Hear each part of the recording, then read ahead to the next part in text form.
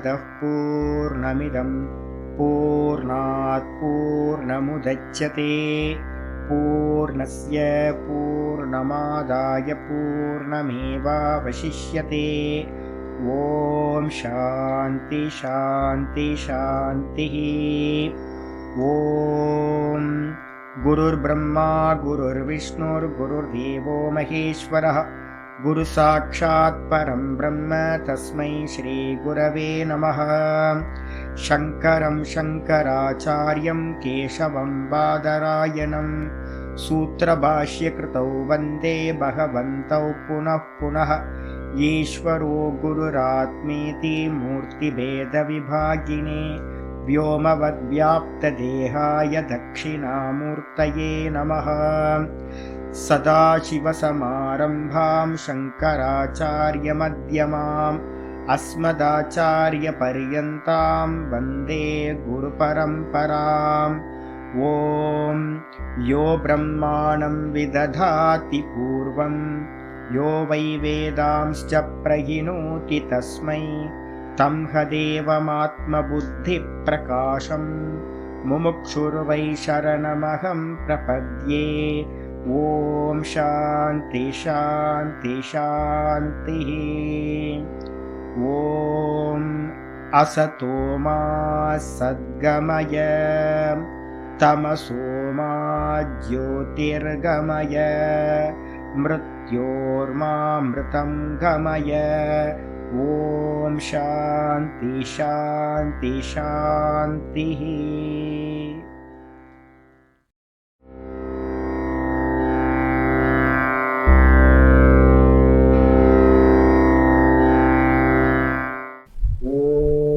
गुरुर्ब्रह्मा गुरुर्विष्णुर्गुरुर्देवो महेश्वरः गुरुसाक्षात् परं ब्रह्म तस्मै श्रीगुरवे नमः।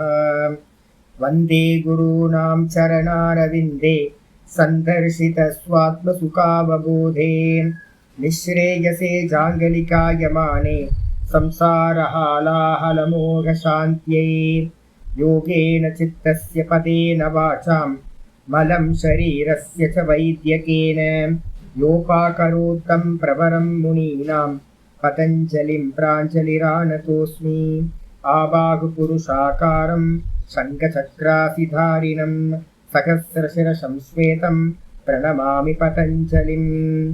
यस्त्यक्त्वा रूपमाद्यं प्रभवति जगतो अनेकदानुग्रहाय प्रक्षीणक्लेशराशिर्विषमविषधरो अनेकवक्त्रसुभोगी सर्वज्ञानप्रसूतिर्भुजगपरिकरः प्रीतये यस्य नित्यं देवो हीशः स वो व्यात्सितविमलतनुः योगदो योगयुक्तः योगदो योगयुक्तः। ॐ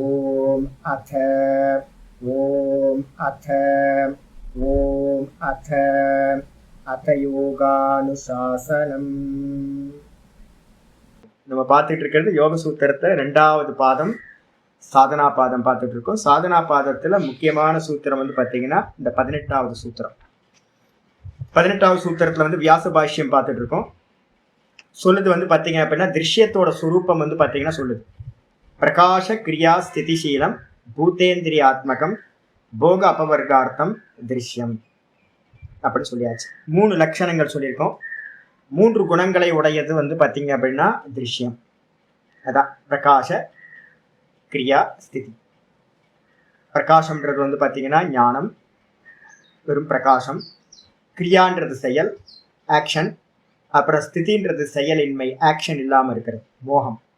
இந்த 3 இப்போ பார்த்தீங்களா எனக்கு தெரியுது இல்லை, டக்குன்னு வந்து என்ன ஆச்சுன்னே தெரியாமல் ஸ்திதி ஆயிடுச்சா, நின்றுச்சா வண்டி. வந்து ரஜோகுணமாக இருந்தால் என்ன ஆயிருக்கும், வேகமாக போயிருக்கும் வண்டி. நீங்கள் பார்க்கும்போதே தெரியும், என்ன சுவாமி இன்னைக்கு ரொம்ப வேகமாக சொல்கிறாரு அப்படின்னு இருக்கும். அப்போ ரஜோகுணம்.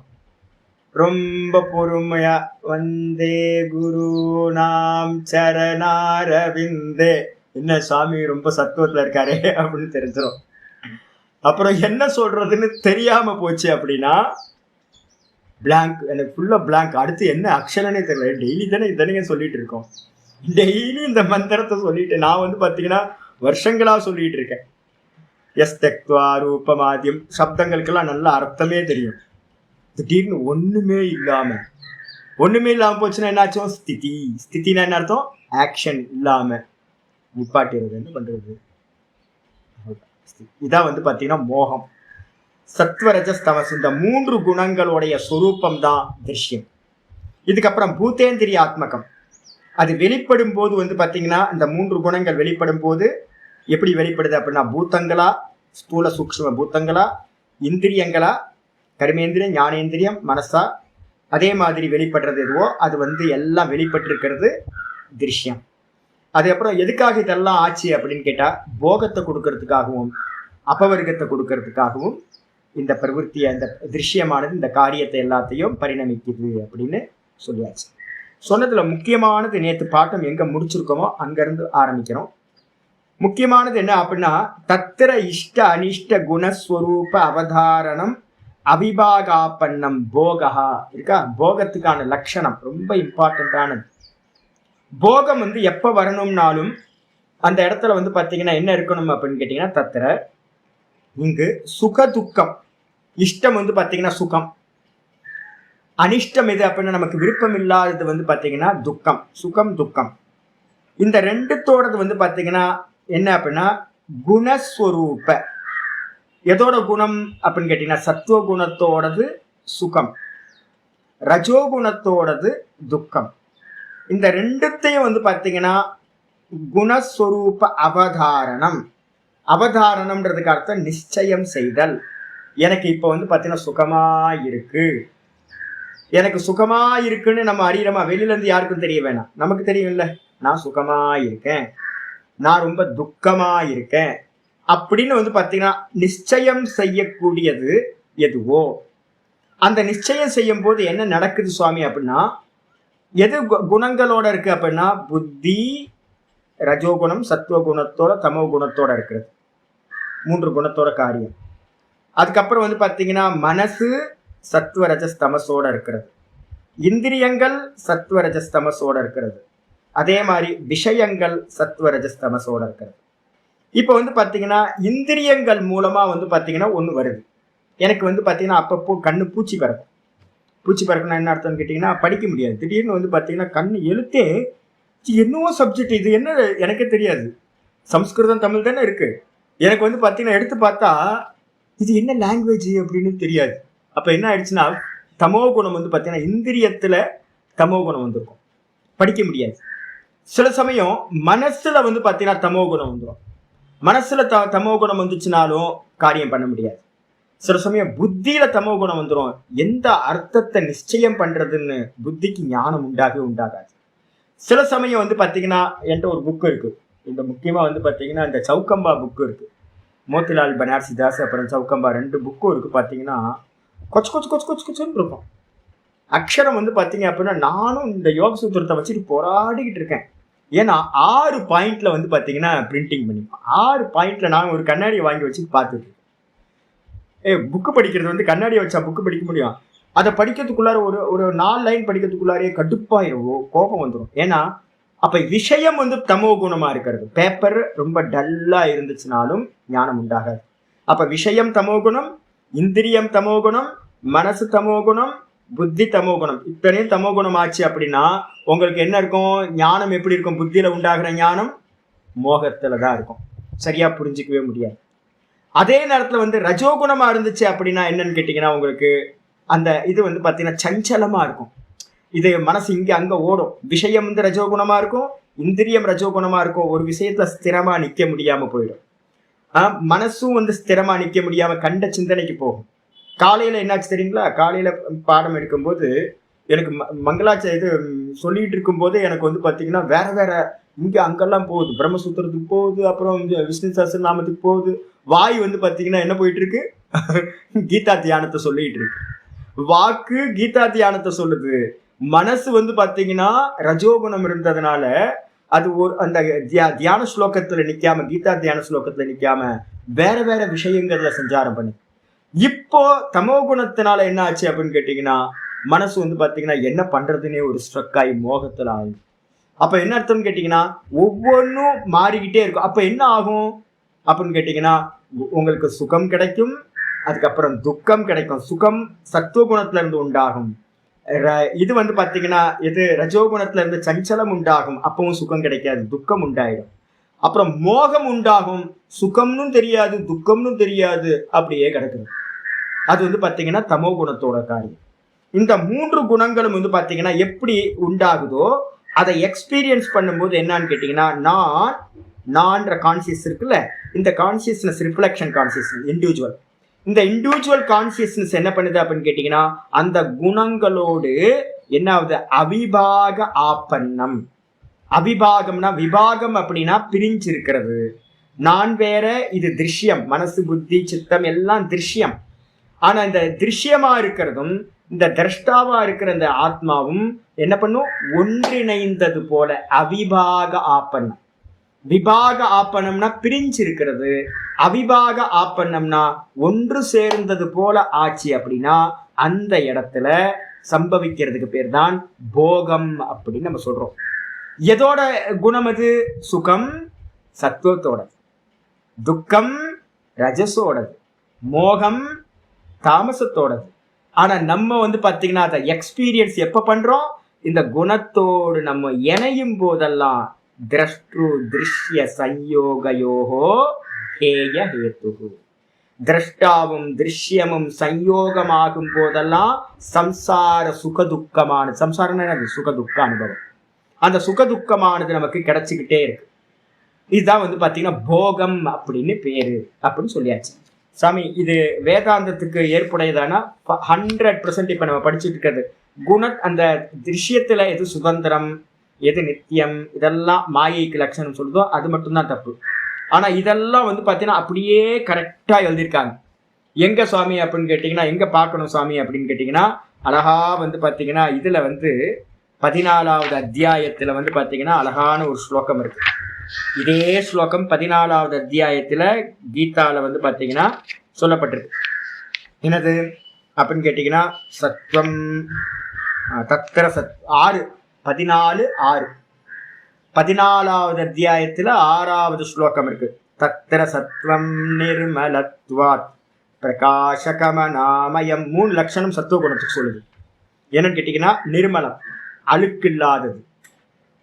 சத்துவ குணம் இருக்கும்போது இந்திரியங்கள் மனசு புத்தி எதுலையுமே வந்து உங்களுக்கு எதுவும் ஆகவே ஆகாது, ஏன்னா கிளியரா இருக்கும், நிர்மலம். அதுக்கப்புறம் நிர்மலமா இருந்துச்சுனாவே, கண்ணாடி நிர்மலமா இருந்துச்சுனாவே எப்படி பிரகாசம் இருக்கும்? லைட்ல வந்து பாத்தீங்கன்னா எந்த இதுவும் இல்லாம கிளீன் பண்ணி வச்சீங்கன்னா அந்த லைட் நல்லா பிரைட்டா எரியும். அப்போ பிரைட்டா இருக்கும் பிரகாசம். கூட வந்து பாத்தீங்கன்னா அனாமயம் அப்படின்னா என்னன்னா, தோஷங்கள் இல்லாதது, பாப்பங்கள் ரகிதம் அப்படின்னு அர்த்தம். அனாமயம் 3 லட்சணம் சத்துவ குணத்துக்கு. சுகசங்கேன பத்னாதி, அது என்ன பண்ணும், முக்கியமான லட்சணம் இதுதான். சத்துவகுணம் வந்து பாத்தீங்கன்னா எதோட பந்தப்படுத்தும் ஜீவர்களை அப்படின்னா, சத்துவகுணம் சுகத்தோடு ஜீவாத்மாவை பந்தப்படுத்துகிறது. அதே நேரத்துல வந்து பாத்தீங்கன்னா ஞான சங்கேன சாணக, கூட வந்து பாத்தீங்கன்னா ஞானத்தோடு, ஏதாவது ஒரு லைட் எல்லாம் ஆஃப் பண்றது, இந்த லைட் ஆஃப் பண்ணுங்க. அப்ப ஞானத்தோடு வந்து பாத்தீங்கன்னா அது என்ன பண்ணுது, சத்துவகுணம் இருக்கிற இடத்தெல்லாம் புரிதல் வந்து பாத்தீங்கன்னா ரொம்ப கிளியரா இருக்கும், கிளாரிட்டி, நல்ல கிளாரிட்டி இருக்கும் உங்களுக்கு. அப்ப வந்து பாத்தீங்கன்னா சத்துவகுணம் எதோட இதாகும் அப்படின்னு கேட்டீங்கன்னா, ஞானத்தோடு அது இறைக்கும், சுகத்தை கொடுக்கும். கூடவே வந்து பாத்தீங்கன்னா அந்த பிரைட்னஸ் அதிகமாகிறதுனால உள்ளது உள்ளபடி விஷயங்கள் புரியும். இதுக்கான பாஷ்யம் ரொம்ப ரொம்ப முக்கியம். சங்கரர் வந்து பாத்தீங்கன்னா அதுக்கு பாஷ்யம் பண்றார். எப்படி பண்றாருன்னா, சுகசங்கேன. சுகசங்கேன அப்படின்னா என்ன அர்த்தம், சுகத்தோட பற்றுதலை உண்டு பண்ணும், ஆசக்தியை உண்டு பண்ணும். எப்படின்னு கேட்டீங்கன்னா, சுகி அகம் இது, நான் சுகியா இருக்கேன், நான் சுகமா இருக்கேன். விஷயபூதஸ்ய சுகஸ்ய, விஷயம் இது திருஷ்யம்ன்றதுக்கு பேர் தான் ஆப்ஜெக்ட், ஆப்ஜெக்டுக்கு பேர் தான் விஷயம்னு சொல்லலாம், இல்லைன்னா திருஷ்யம்னு சொல்லலாம்.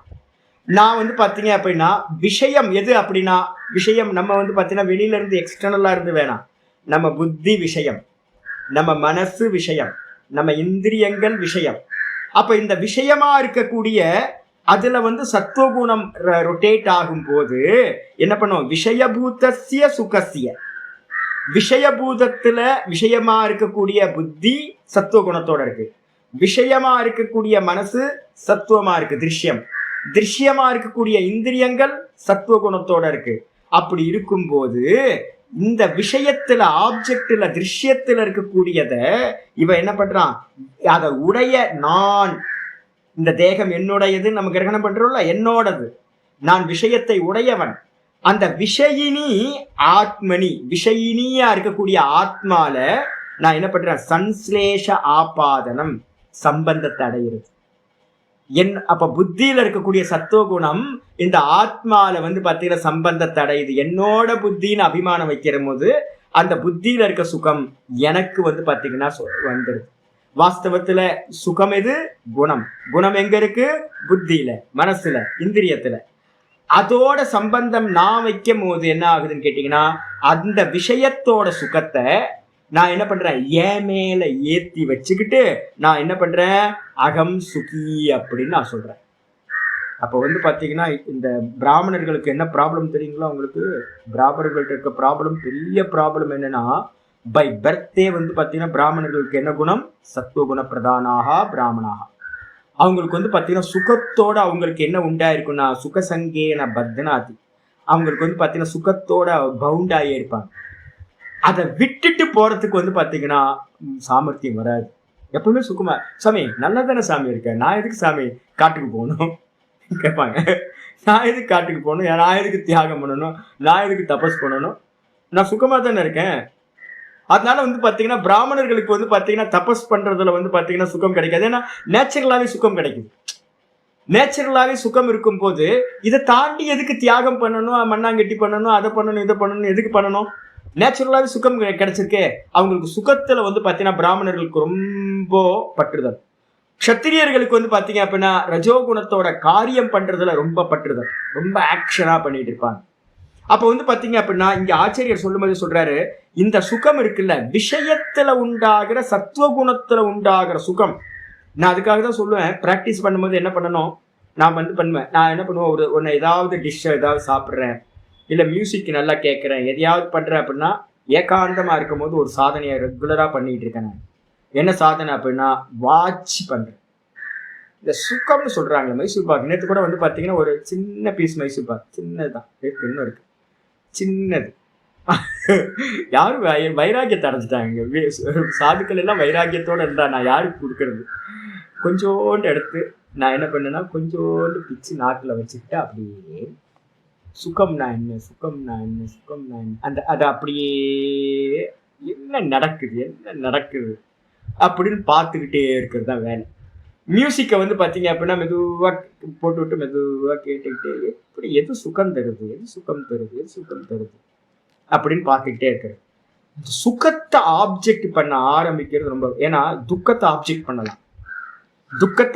பண்ணலாம், எல்லாத்தையும் ஆப்ஜெக்ட், ப்ராப்ளம்ஸ் எல்லாத்தையும் ஆப்ஜெக்ட் பண்ணுவோம். இந்த சுகத்தை ஆப்ஜெக்ட் பண்றது நமக்கு பார்த்தீங்கன்னா ரொம்ப கஷ்டம். நிறைய பேருக்கு, சாதுக்களுக்கே என்னன்னு கேட்டீங்கன்னா, உங்களுக்கு புண்ணியத்தினால வந்த சுகம் எது, ஞானத்தினால வரக்கூடிய சுகம் எதுன்னு டிஃபரன்ஸ் தெரியாது. ஞானத்தினால வரக்கூடிய சுகம் எது தெரியுங்களா, சொரூப சுகம். விஷய சுகம் எது அப்படின்னு கேட்டீங்கன்னா, சத்துவகுணத்தினாலையும் புண்ணியத்தினாலையும் என்ன ஆகும், அந்த சத்துவகுணம் பிரதானமா வரும். அப்ப பிரதானமான சத்துவகுணம் நமக்கு சுகம் தர ஆரம்பிக்கும். நம்ம நினைச்சுப்போம் என்னன்னு கேட்டீங்கன்னா, வேதாந்தம் படிக்கிற பிராமணர்களுக்கு எல்லாத்துக்கும் ஒரு பெரிய ப்ராப்ளம் என்னன்னு கேட்டீங்கன்னா, அந்த குணத்துல இருக்கிற சுகத்தை என்ன பண்ணுவாங்க, ஆத்ம ஞானத்தோட சுகம்னு எடுத்துப்பாங்க. பெரிய ப்ராப்ளம் இருக்கு. அதனால பாத்தீங்க அப்படின்னா என்ன ஆகும், அடுத்த இதுக்கு போகணும், இதை அவாய்ட் பண்ணிட்டு சொருப்ப சுகத்துக்கு போகணும்னு அவங்களுக்கு தோணவே தோணாது. ஆனா இது என்னன்னு கேட்டீங்கன்னா, விஷயத்துல இருக்கக்கூடிய சுகத்தை தரக்கூடிய எது சுகஸ்வரூபமா இருக்கிற சத்துவ குணத்தோட சுகம் அப்படின்னு ஐடென்டிஃபை பண்ணணும். ஆனா அப்படி ஐடென்டிஃபை பண்ணாம நம்ம என்ன பண்றோம், இந்த ஆத்மாவை அந்த புத்தி மனசோட இணையும் போது சத்துவ குணத்தோட சுகம் கிடைக்கும். அதை ஆத்மாவோட ஆத்மனி சம்ஸ்லேஷாபாதனம், ஆத்மாவோட நல்லா சம்பந்தப்பட்டு பாத்தீங்கன்னா சுகத்தை எடுத்துடுறோம். எடுத்துட்டு பாத்தீங்கன்னா அந்த சுகம் எப்படிப்பட்டது, மிருஷாயேவ சுகே சஞ்சனம் இது. அது பாத்தீங்கன்னா பொய்யான சுகத்தை பாத்தீங்கன்னா இதாகுது. அப்போ ஐடென்டிஃபை பண்ணணும், என் சுகம் வந்து போற சுகமா இருக்கா, இல்ல வராத போகாத சுகமா இருக்கா. சொரூப சுகம் பாத்தீங்கன்னா வந்து போகாதது, சதா அந்த சுகம் இருந்துகிட்டே இருக்கு அப்படின்னா நீங்க என்ன பண்றீங்க, சொருப்ப சுகத்துல இருந்து எடுத்துக்கிட்டு இருக்கீங்கன்னு அர்த்தம். வெளியில பெயின் இருக்கும் போதும் உங்களுக்கு சுக அனுபவம் தெரியும். வெளியில என்ன நடந்தாலும் உள்ளுக்குள்ளார ஒரு சுகம் ஆதாரமா போயிட்டு இருக்குன்னா அது சொரூப சுகம். அது என்னுடைய நேச்சுரல் ஸ்டேட். அதே பாத்தீங்க அப்படின்னா சத்துவகுணத்தோடதோ இருந்துச்சு அப்படின்னா சத்துவகுணம் என்ன பண்ணும், மாறிக்கிட்டே இருக்கும். பரிணாம தாப சம்ஸ்கார குண வைத்ருஷ்ணியாத். குணம் பாத்தீங்கன்னா தொடர்ந்து மாறிக்கிட்டே இருக்கும். அப்ப பாத்தீங்கன்னா மனசு சத்துவகுணம் வரும்போதெல்லாம் சுகம் வரும், ரஜோகுணம் வரும்போது சுகம் போயிடும், துக்கம் வந்துடும். அப்ப போறதா இருக்குன்னா அது குணத்தோட சுகம் அப்படின்னு எடுத்துக்கணும். ஆச்சாரியர் சொல்றார், நகி விஷய தர்மோ விஷயினி பவதி. ரொம்ப கிளியர் ஸ்டேட்மெண்ட் ஆச்சாரியர் சொல்றாரு. விஷயி அப்படின்னா ஆத்மாவுக்கு பேர் விஷயின்னு பேர். பார்க்கிறது, பார்க்கப்படும் வஸ்து எது அப்படின்னா விஷயம், ஆப்ஜெக்ட். ஆப்ஜெக்டுக்கு பேர் விஷயம். ஆப்ஜெக்ட பார்க்கிறது எதுவோ அந்த ஆத்மாவுக்கு பேரு விஷயி, விஷயம் பண்றது. அது ஆச்சாரியர் சொல்றாரு, விஷய தர்மம் எது ஆப்ஜெக்ட்ல இருக்கக்கூடிய தர்மமோ அது விஷயினி நகிபவதி, அது பார்க்கிறவனை அறிகின்றவனிடத்துல சம்பவிக்காது. இதான் உண்மை, வாஸ்தவம் இதுதான். அப்ப பாத்தீங்கன்னா ஆப்ஜெக்ட்ல இருக்கக்கூடிய எந்த சுகமும் சப்ஜெக்டா இருக்கிற எனக்கு வரவே வராது, சம்பவிக்காது. இச்சாதி ச திருத்தியந்தம் க்ஷேத்ரஸ்யேவ விஷயஸ்ய தர்மஹ. இந்த ஆப்ஜெக்டை பாத்தீங்கன்னா 13வது சாப்டர் பகவத்கீதையில என்ன பண்ணிருக்குன்னா வரிசையா வகைப்படுத்தியிருக்கு. என்னன்னு கேட்டீங்கன்னா க்ஷேத்திரம் அப்படின்னு பிரிச்சிருக்கு. க்ஷேத்திரம்னா ஆப்ஜெக்ட், க்ஷேத்திரத்தை அறிபவனுக்கு பேர் க்ஷேத்திரஞன். பார்க்கப்படும் வஸ்து க்ஷேத்திரம், பார்ப்பவன் யாரு அப்படின்னா க்ஷேத்ரி இல்லைன்னா க்ஷேத்திரஞன் அப்படின்னு பாத்தீங்கன்னா சொல்லுது. அதுல பாத்தீங்கன்னா இந்த புத்திக்கானது மனசுக்கானது எல்லாத்தையும் பாத்தீங்கன்னா வகைப்படுத்துது. அதுல பாத்தீங்கன்னா வகைப்படுத்துற எல்லா விஷயங்களையும் நம்ம என்ன பண்ணிருக்கோம், நான் சுவாத்தியாயத்துல ரொம்ப திருடமா இருக்கேன், அபிமானம் வந்துருக்கு. ஆக்சுவலா நான் இல்லை, யார் இருக்கா, என் புத்தி சுவாத்தியாயத்துல ரொம்ப ஸ்ட்ராங்கா நிக்குது. நான் ரொம்ப கருணையோட இருக்கேன், நான் கருணையோட இல்லை, என் மனசு கருணையோட இருக்கிறது. சத்துவகுணத்தோட காரியங்கள் எல்லாம் பாத்தீங்கன்னா வரிசையா 14வது சாப்டர்ல சொல்லது எல்லாத்தையும் புத்தியில இருக்கிறது. ரஜோகுணத்தோடது, தமோ குணத்தோடது, இது எல்லாத்தையும் நம்ம என்ன பண்றோம், நான் அப்படின்ற அந்த கான்சியஸ்னஸ் என்ன பண்ணுது, அதோட சம்பந்தப்படும் போது புத்தியோட, புத்தி என்னன்னு சொல்லியிருக்கோம், மேக்னெட் மாதிரி. அந்த சம்பந்தம் நடக்கும் போது என்ன ஆகுதுன்னு கேட்டீங்கன்னா புத்தியோட தர்மத்தை எல்லாத்தையும் எனக்கு சம்பவிக்கிறதா நான் பார்க்கிறேன். அதனால என்ன ஆச்சு அப்படின்னு கேட்டீங்கன்னா விஷயஸ்ய தர்மக இது உக்தம். விஷயத்தோட தர்மம் தான் நிறைய குவாலிட்டிஸ், கருணையா இருக்கட்டும், லவ்வா இருக்கட்டும், ஸ்ரத்தையா இருக்கட்டும், பக்தியா இருக்கட்டும், அஸ்ரத்தையா இருக்கட்டும், வெக்கமா இருக்கட்டும், எல்லாம் பாத்தீங்கன்னா விஷயத்தோட தர்மம்.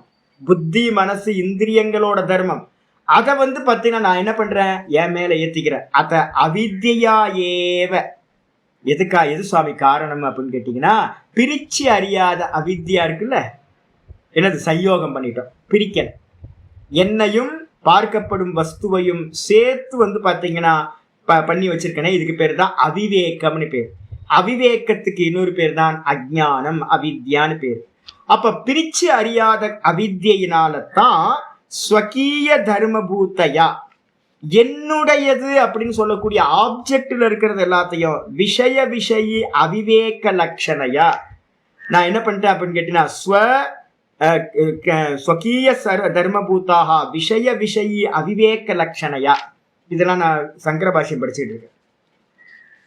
சங்கர பாஷ்யமா 14வது அத்தியாயத்துல 6வது தேடி பார்த்தீங்கன்னா கிடைக்காது உங்களுக்கு உங்க புக்கில் இப்போதைக்கு. அப்ப பாத்தீங்கன்னா அவிவேகத்தினால அஜ்ஞானத்தினால நம்ம இதை சேர்த்து வச்சிருக்கோம்.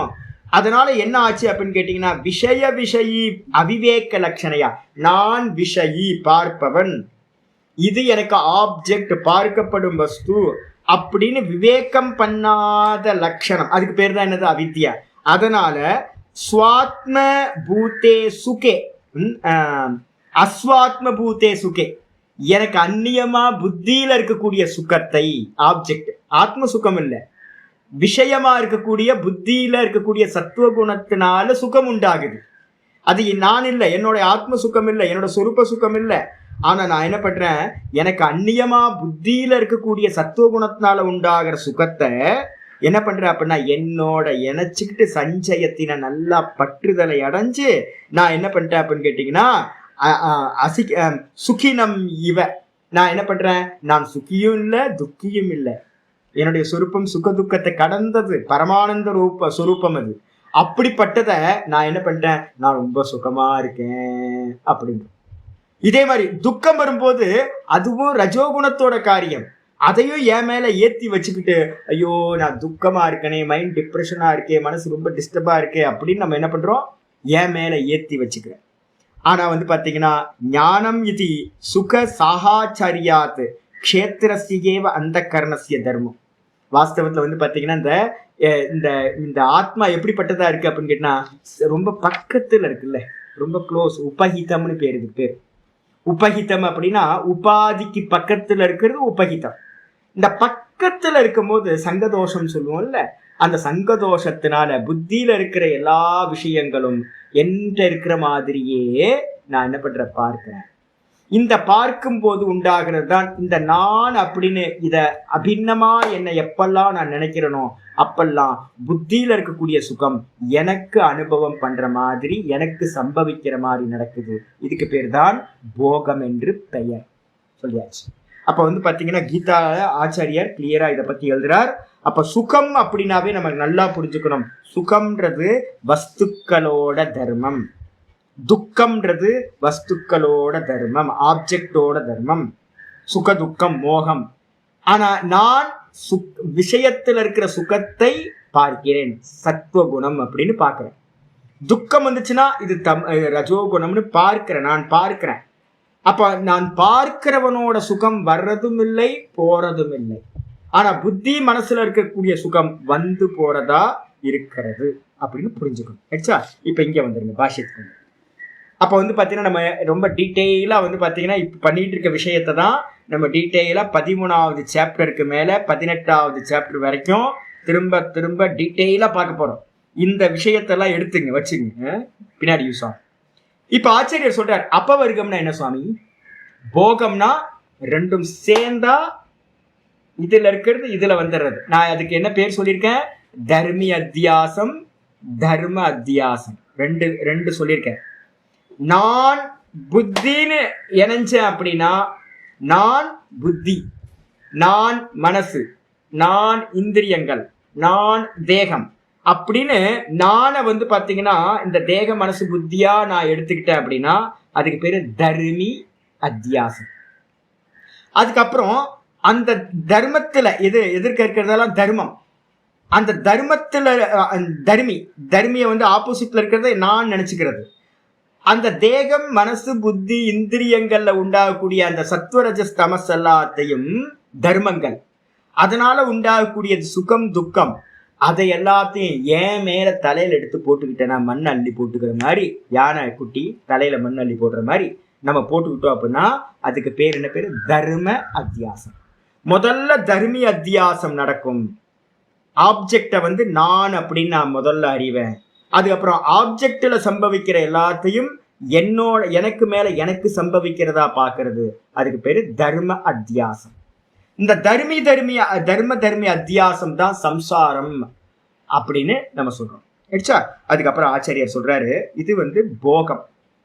இதே அப்பவர்க்கம்னா என்ன சுவாமி அப்படின்னா போக்துகு சொரூப அவதாரணம். போக்துகு சொரூபம்னா என்ன அர்த்தம்? கீதால சொல்றாரு, க்ஷேத்திரஜம் சாபிமாம் வித்தி சர்வ க்ஷேத்திரேஷு பாரத. என்னை எப்படி அறியணும் நீ அப்படின்னா எல்லா க்ஷேத்திரங்களிலும் க்ஷேத்திரஜனாக, பார்ப்பவனாக, சாட்சியாக என்னை அறிந்து கொள் அப்படிங்கிற. அப்ப பாத்தீங்கன்னா பரமாத்மாவை எப்படி அறியணும்? உள்ள தேகத்துக்குள்ளார இருந்து அவர் சாட்சியா இருக்கார் அப்படின்னு அறியணும். இப்படி அறிஞ்சோம் அப்படின்னா அவர் அறியும் போது நீங்க என்ன ஆயிடுவீங்க? நீங்க தான் அவர். தத்துவமசி அகம் பிரம்மாஸ்மி அப்படின்னு அறியணும். நான் சாட்சியா இருக்கேன், நான் இதோட எந்த சம்பந்தமும் இல்லை, புத்தியில நடக்கிறதை நான் பார்க்கிறேன், மனசுல நடக்கிறத பார்க்கிறேன், இந்திரியங்கள்ல நடக்கிறத பார்க்கிறேன், இந்திரியங்கள் மூலமா வெளியில நடக்கிறது எல்லாத்தையும் நான் பார்க்கிறேன். அப்ப என்னுடைய சொரூபம் என்ன அப்படின்னு கேட்டீங்கன்னா, என்னுடைய சொரூபம் பார்ப்பவன் அப்படின்னு தான். திரஷ்டா தான் என்னுடைய சொரூபம். நான் யாரு? திரஷ்டா. நான் யாரு? சாட்சி. நான் யாரு? க்ஷேத்ரஜன். அப்படின்னு பாத்தீங்கன்னா தன்னை அறிஞ்சோம் அப்படின்னா இதுக்கு பேர் என்ன பேரு? போக்துகு. இதுவரைக்கும் போக்தாவா இருந்தவன் தன்னுடைய சொரூபத்தை, தன்னுடைய சொரூபம் என்னது? திரஷ்டான்ற சொரூபத்தை அவதாரணம், நிச்சயம் செய்தல். இத பாத்தீங்கன்னா அவதாரணம் பண்றது எப்ப அவதாரணம் நடக்கும் சுவாமி? அனுபூதி. தான் தானா நிக்கிறது. நிர்விகல்ப சமாதி சொல்றோம்ல, அந்த நிர்விகல்ப சமாதியில புருஷன் தான் தானா நிக்கிறான். தன்னுடைய சொரூபம் அவனுக்கு நல்ல நிச்சயமாயிடுது. ததா திரஷ்டு சுரூபே அவஸ்தானம். அந்த திரஷ்டா தன்னுடைய சொரூபத்தில் நிலை பெறுதல் இருக்கே, அதுதான் அவதாரணம்னு அர்த்தம். இத 18வது சாப்டர்ல சொல்லும்போது நிஷ்டா அப்படின்ற வார்த்தையில பாத்தீங்கன்னா பகவத்கீதையில சொல்ற. நிஷ்டைனா என்ன சொல்றேன் சுவாமி? ஞான நிஷ்டை. ஞான நிஷ்டை நம்ம சொல்றோம்ல, ஞானம் ஞான நிஷ்டை. அந்த ஞான நிஷ்டைன்னு ஆச்சாரியர் சொல்றாரு, ஸ்வானுபவ அவசானம், ஆத்ம அனுபவ அவசானத்துவம் நிஷ்டா சப்த அபிலாபாத் அப்படின்னு பாத்தீங்கன்னா ஒரு லட்சணம் சொல்ற. ஒரு எப்ப நிச்சயம் ஆகும் அப்படின்னு கேட்டீங்கன்னா, அனுபூதியில சுவானுபவம் நடந்துச்சுன்னா, ஆத்மானுபவம் நடந்த போது நிச்சயம் நடக்குது.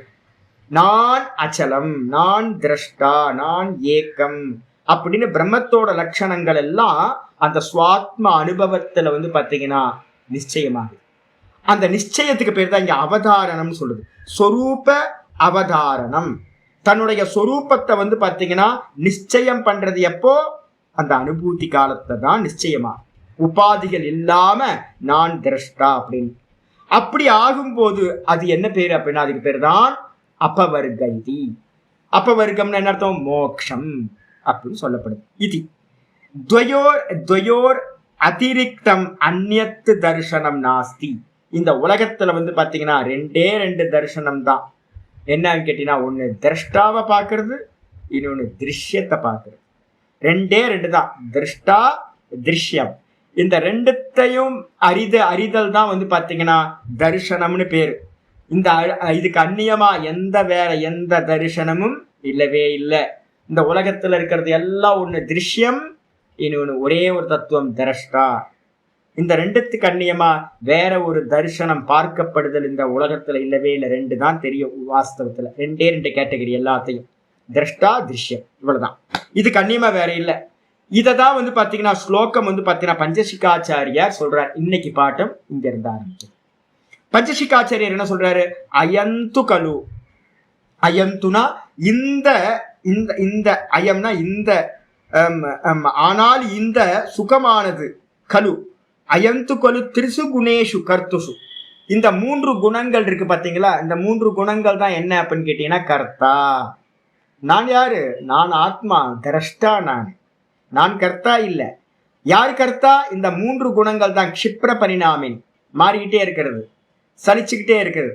இதோட இதே என்னது? தன்மையே என்னது? சலம் குணம் விருத்தம், அசைஞ்சுக்கிட்டே இருக்கிறது தான் இதோட சுபாவம். அப்ப கர்த்தான்றது யாருன்னா மூன்று குணங்கள் தான். அப்ப திரிஷு குணேஷு கர்த்துஷு, மூன்று குணங்களா இருக்கக்கூடிய இந்த கர்த்தாவில், திரிகுணாத்மிகாவா இருக்கக்கூடிய இந்த கர்த்தாவில் அக்கர்த்தரீச்ச புருஷே, இதுல நடக்கிற காரியங்கள் இருக்குல்ல, பக்கத்துல இருக்கிறது ஒய்ஃப் பக்கத்துல இருப்பாங்க. பக்கத்துல இருக்கிற ஒய்ஃப் இந்த மூணு குணங்களை உடையது.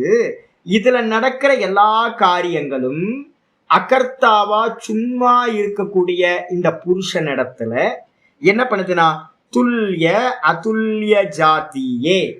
இந்த புருஷன் திருஷ்யத்தோட என்ன அப்படின்னு கேட்டீங்கன்னா துல்லிய ஜாத்தியாவும் இருப்பான், அதுல்ய ஜாத்தியாவும் இருப்பான். காரிக்கா படிச்சிருந்தீங்கன்னா தெரியும். என்னன்னு கேட்டீங்கன்னா, புருஷனுக்கும் பிரகிருதிக்கும் ஈக்குவலான தன்மைகளும் இருக்கு, அன்ஈக்குவலான தன்மைகளும் இருக்கு. என்ன ஈக்குவல்? ரெண்டுமே கண்ணுக்கு தெரியாது. புருஷனும் கண்ணுக்கு தெரிய மாட்டான், பிரகிருதியும் கண்ணுக்கு தெரியாது. ரெண்டுமே அவ்வியக்தம், அவ்வியாக்கிருத்தம். அக்ஷராத்து பரத்த பரகன்னு சொல்லுது. ரெண்டுத்துக்குமே அக்ஷரம் தான் பேரு, அழிவில்லாதது அப்படின்னு. அப்போ சமான தன்மைகளும் இருக்கு புருஷனுக்கும் பொண்டாட்டிக்கும். அதே நேரத்துல பாத்தீங்கன்னா சமமில்லாத தன்மையும் இருக்கு. என்ன சமமில்லாதது அப்படின்னா, சாங்கிய தரிசனத்தைப்படி கர்த்தா பாத்தீங்க அப்படின்னா பிரகிருதி, புருஷன் வந்து பாத்தீங்கன்னா போக்தா மட்டும்தான். அப்போ புருஷன் வந்து கர்த்தா இல்லை, போக்தா மட்டும்தான். பிரகிருதி வந்து பாத்தீங்கன்னா போக்தா இல்லை, கர்த்தா மட்டும்தான்.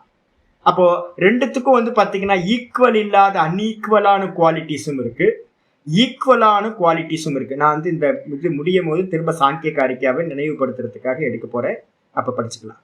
இதெல்லாம் திரும்ப இப்ப நம்ம படிக்கிறது எல்லாமே 3வது பாதத்துல திரும்ப ரிப்பீட்டேஷன் வரப்போகுது. அதனால இப்ப எவ்வளவு முடியுமோ அவளை கேட்டுங்க.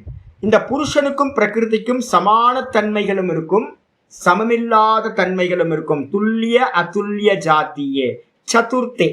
சதுர்த்தேனா இந்த புருஷனுக்கு பேர் என்ன பேரு நம்ம சொல்லியிருக்கோம், ஞாபகம் இருக்கா? துரியம்னு பேர். துரியம்னா சதுர்த்தம்ன்றதுக்கு பேர் தான் துரியம்னு பேர். என்ன சொல்றோம் அப்படின்னு கேட்டா அகார உக்கார மகாரம், அப்புறம் 4வது மாத்திரை அமாத்திரா. அதே மாதிரி என்னது விஸ்வன் தைஜசன் பிராக்யன், 4வது பேர் தான் வந்து பார்த்தீங்கன்னா துரியம். அதே மாதிரி விராட்டு ஹிரண்யகர்பர் ஈஸ்வரன், 4வது பேர் தான் துரியம். இந்த புருஷனுக்கு பேர் 4வதுன்னு பேர். இந்த இடத்துல சாங்கிய பிலாசபி படி எடுத்தீங்கன்னா சத்வ ரஜஸ் தமஸ் 3 குணங்கள். 3 குணங்களை தாண்டி 4வதா இருக்கிறவன் யாரு? புருஷன். அப்ப 3 குணங்களுக்கு அந்நியமா இருக்கிறவன் 4வதா இருக்கிற புருஷன் இடத்துல. வேதாந்தத்துல விராட்டு ஹிரண்யகர்பர் ஈஸ்வரனுக்கு அந்நியமா இருக்கிற துரியம் சுத்த பிரம்மம். அப்படிப்பட்ட அந்த புருஷன் இடத்துல 4வதா இருக்கிறவன் இடத்துல தத்து கிரியா சாட்சினி, அந்த பிரகிருதி பண்ணக்கூடிய எல்லா கிரியைகளையும் புத்தி மனசு இந்திரியங்கள் அப்படின்னு திருஷ்யங்களா இருக்கிற இதையெல்லாம் பண்ற எல்லா காரியத்துக்கும் சாட்சியாக இருப்பவனிடத்தில் என்ன ஆயிடுச்சு? இவன் சாட்சி, இவன் வந்து 4வது, இவன் வந்து அகர்த்தா. அப்படிப்பட்ட அந்த ஆத்மாவில் புருஷனிடத்தில் இந்த பிரகிருதியோட கர்த்தாவா இருக்கக்கூடிய அந்த பிரகிருதியோட கர்மங்கள்லாம் இருக்குல்ல, அதையெல்லாம் உபநீயமானான், இவனுக்கு அறிகின்றவைகளா இருக்கிறது. உபநீயமானம்னா கிரகணம் பண்றான். அந்த கிரகணம் பண்றவனா இருந்துகிட்டு உபநீயமானான், விஷயமா ஆப்ஜெக்டா இருக்கிறது. சர்வபாவான், வெளியில இருக்கக்கூடிய புத்தியிலிருந்து எல்லா பாவங்களும்னா தர்மங்கள் அர்த்தம், எல்லா வஸ்துக்களையும் அவன் என்ன பண்றான்? சர்வானு உபபன்னானு, அறிகின்றவனா, தன்னோட சேர்த்து அறிகின்றவனா இருந்துகிட்டு அவன் என்ன பண்றான்னு கேட்டீங்கன்னா அனுபஷ்யன்னு, இவன் என்ன பண்றான்? தொடர்ந்து பார்க்கின்றவனாக இருக்கின்றான். ஏன் புத்தி, ஏன் மனசு, ஏன் இந்திரியம் அப்படின்னு வஸ்துக்களை, இது மலை வீடு அப்படின்னு எல்லாத்தையும் தொடர்ந்து பார்க்கின்றான். இது எல்லாம் பிரகிருதியோடது. இதை எல்லாத்தையும் வந்து பாத்தீங்கன்னா கிரகணம் பண்றவனா உபநீயமானான்னு சர்வபாவானு, எல்லா பாவங்களையும் வஸ்துக்களையும் என்ன பண்றான்? கிரகணம் பண்றான். இந்த இந்திரியங்கள் மூலமா, மனசு மூலமா, புத்தி மூலமா கிரகணம் பண்றான். கிரகணம் பண்ணி தொடர்ந்து வந்து பாத்தீங்கன்னா உபபன்னானு அனுபஷ்யன், அவ்வாறு கிரகணம் பண்ண விஷயங்களை என்ன பண்றான்? தொடர்ந்து பார்க்கிறான். அப்படி பார்க்கிறவனா இருந்துகிட்டு தர்ஷனம் அந்நியத்து ந சங்கத்தே, அனுபஷ்யன்னு ந இருக்காங்க, அனுபஷ்யன் ந, அந்த நேரத்துக்கு இங்க போட்டுங்க, தர்ஷனம் அந்நியத்து ந சங்கத்தே. அப்ப நம்ம என்ன பண்ணிட்டு இருக்கோம் தெரியுங்களா?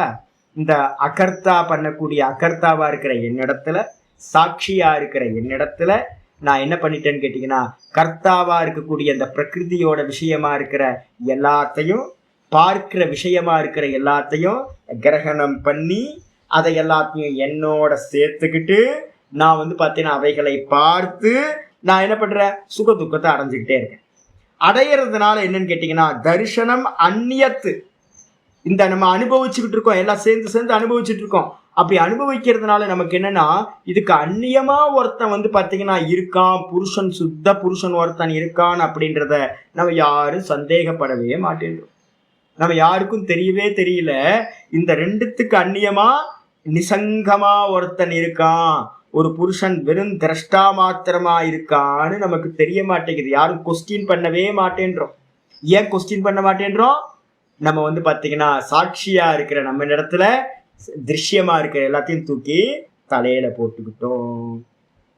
போட்டுக்கிட்டு சதா காலமும் இணைஞ்சே இருந்து சுக துக்கத்தை அனுபவிச்சுக்கிட்டு இருக்கும். இதான் வந்து பாத்தீங்கன்னா சொல்லுது. திரும்ப வந்துருங்க அந்த ஸ்லோகத்தை சொல்ற பாருங்க. அயந்து கலு, இந்த அயந்து கலுன்றதுக்கு அர்த்தம் வந்து பாத்தீங்கன்னா இந்த 3 குணங்கள், இந்த 3 குணங்களும் திரிஷு குணேஷுன்னு போட்டாச்சு. கலுனா அல்லவான்னு அர்த்தம், இந்த கடைசியில போட்டுக்கலாம். கலுனா அல்லவான் லாஸ்ட்ல போட்டுக்கணும். அயம் து திரிஷு குணேஷு அகர்த்துசு, இந்த 3 குணங்களுடைய கர்த்தாவில். அப்ப கர்த்தா யாரு? 3 குணங்கள் தான் கர்த்தா. எந்த சாமி இருக்கு இது? பகவத்கீதையில இருக்கா? ஆமா, 3:27 பாத்தீங்கன்னா நல்லா தெரியும். 3:27 என்ன சுவாமி? பிரகிருதே கிரியமானானி குணை கருமாணி சர்வசஹ அகங்கார விமூடாத்மா கர்த்தா அகமிதி மன்யதே. இங்க பக்கத்துல எழுதிக்கிட்டீங்கன்னா அந்த ஸ்லோகம் அப்படியே சூட்டபிளா இருக்கும். யாரு பண்றா எல்லா கர்மத்தையும்? பிரகிருதே கிரியமானானி குணை கருமாணி சர்வசஹ. 3 குணங்கள் உடைய பிரகிருதி தான் எல்லா கர்மத்தையும் பண்ணக்கூடிய கர்த்தா, கர்த்துசு. ஆனா பாத்தீங்கன்னா இவன் எப்படிப்பட்டவன்? அகர்த்தரி. இவன் எப்படிப்பட்டவன்? அகர்த்தா. இவன் கர்த்தா இல்ல, இவன் அகர்த்தா. அகர்த்தாவா இருக்கிற தன்னிடத்துல, புருஷன் இடத்துல என்ன பண்ணிக்கிறான்? துல்லிய அதுல்ய ஜாத்திய சதுர்த்தே. இந்த பிரகிருதிக்கு சமமாவும் இருக்கான், சமமில்லாமலும் இருக்கான். அப்படிப்பட்ட சதுர்த்தமா துரியமா இருக்கக்கூடிய தன்னிடத்துல இந்த பிரகிருதி பண்ணக்கூடிய எல்லா காரியத்தையும் தத்து கிரியா சாட்சினி, எல்லா காரியத்தையும் பார்க்கின்ற அந்த ஆத்மாவில் பார்ப்பவனிடத்துல என்ன பண்றோம்? உபநீயமானான். உபநீயமானான்னு சர்வபாவான். வெளியில இருக்கிற ஆப்ஜெக்டா இருக்கிற எல்லா பாவம்னா என்ன அர்த்தம்? தர்மங்கள், வஸ்துக்கள் எல்லாத்தையும் என்ன பண்றான்னு கேட்டா உபநீயமானம்னா கிரகணம் பண்ணிக்கிட்டு. கிரகணனா எடுத்துக்கிட்டு. குட்டியான வீடியோ பாருங்க, நல்லா தெரியும். ஐயோ ஆட்டம் போடுது பாருங்க, சின்னோண்டு குட்டி. எடுத்து மண் எடுத்து மேல போட்டுக்குது, எடுத்து போட்டுக்குது. மண்ணோட விளையாடுறது குட்டி யானைக்கு ரொம்ப. நம்ம பண்ற காரியம் அதுதான். மண்ணு செவனேன்னு மண்ணு கிடக்குது, நீங்க பாட்டுக்கு செவனேன்னு இருக்க வேண்டியது. மண்ணை அள்ளி அள்ளி தலையில போட்டுக்கிட்டா நம்ம ஆப்ஜெக்ட் எல்லாத்தையும் எடுத்து என்ன பண்ணிட்டோம்? எல்லாத்தையும் ரோட்ல போறது எல்லாத்தையும் எடுத்து மேல போட்டுக்கு. எனக்கு ஒரு பக்தர் ஒருத்தர் நம்ம கிளாஸ்க்கு வருவார். அவர் என்ன பண்ணுவாருன்னா, ஒன்று வீட்டு பிரச்சனையை சொல்லுவார். வீட்டில் பிரச்சனை இல்லை அப்படின்னா, சாமி இந்த கவுன்சிலர் இருக்கான்ல சாமி, அவன் பார்த்தீங்கன்னா நல்ல, அதாவது வீட்டில் பிரச்சனை இல்லை, கவுன்சிலருக்கு போயிடுறது.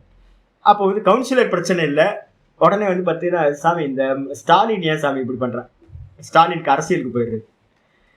அப்படி ஒரு ப்ராப்ளம் இல்லை அப்படின்னா, ஏன் சாமி மழை இப்படி பெஞ்சுக்கிட்டே இருக்கு, வெயிலாக அடிக்குது சாமி, மழை பெய்யுது சாமி அப்படின்னு எதையா போய் ரோட்ல போறது ரோட்லயே விட வேண்டியதுதானையா. அதாவது தலையில தூக்கி மேல போட்டுக்கிறது எல்லாத்தையும். ஒண்ணு தான் உடம்புல பிரச்சனை இருந்தா சால்வ் ஆச்சுன்னா வெளியில சால்வ் ஆச்சுன்னா ரோட்ல சால்வ் ஆச்சுன்னா இன்டர்நேஷனல் லெவல் வரைக்கும் போறது, எடுத்து தலையில போட்டுக்கிட்டே இருக்கிறது.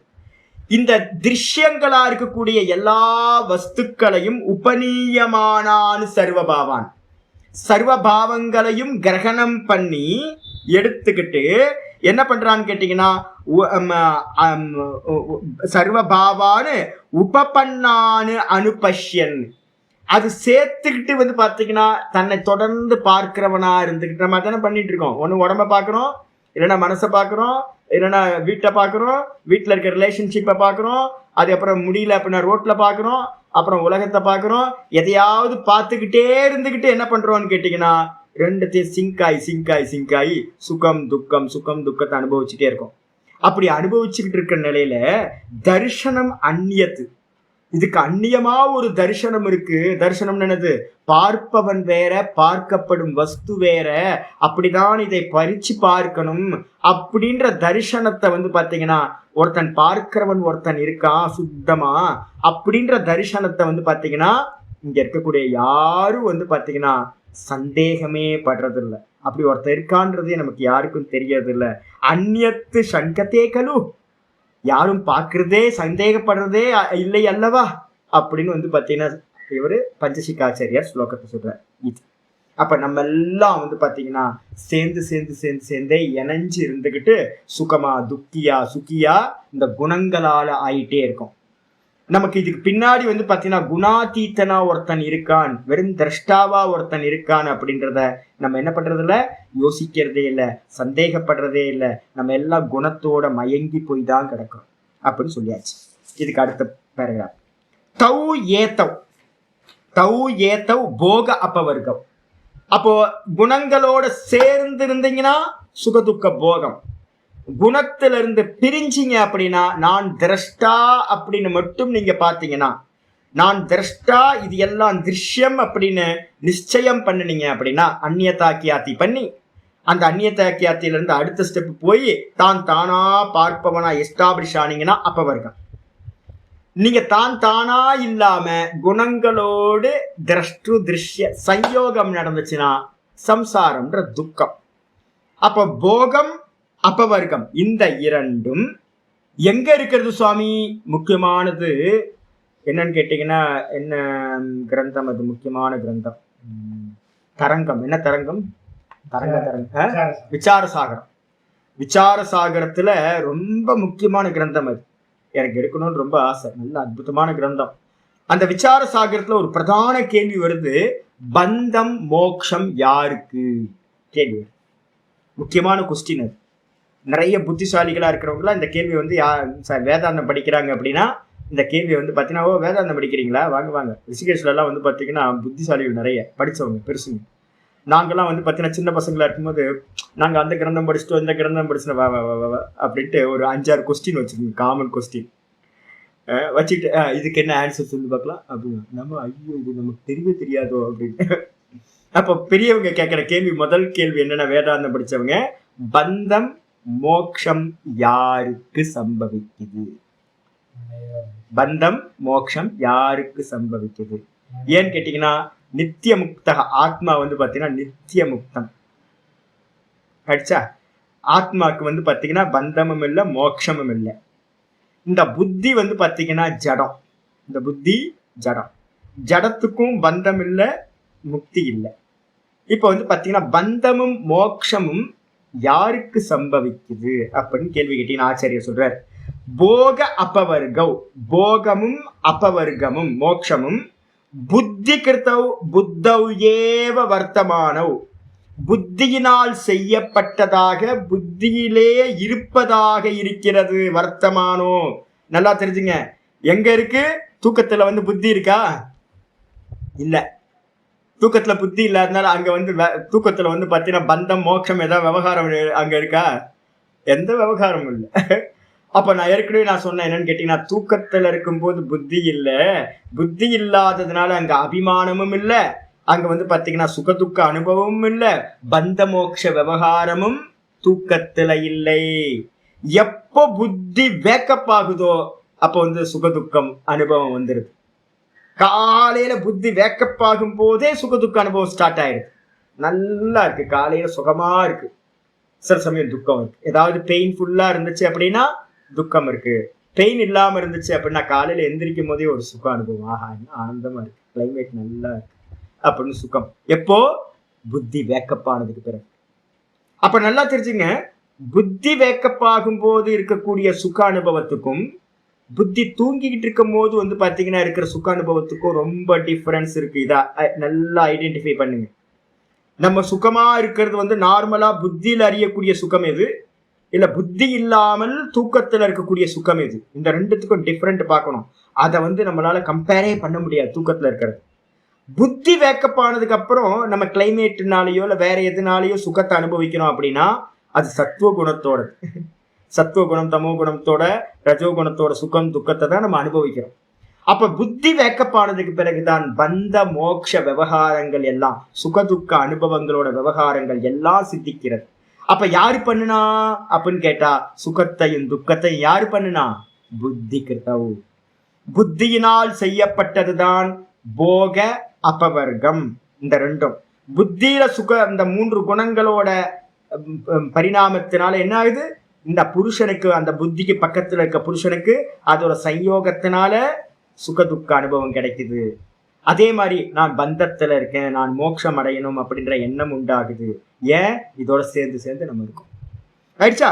அப்போ புத்தௌ ஏவ வர்த்தமானக எங்க இருக்குன்னு யாராவது கேட்டாங்கன்னா என்ன சொல்லுவீங்க? பந்தமும் மோட்சமும் சுகமும் துக்கமும் எங்க இருக்கு? புத்தியினால செய்யப்பட்டு புத்தியிலேயே இருக்கின்றவைகள்.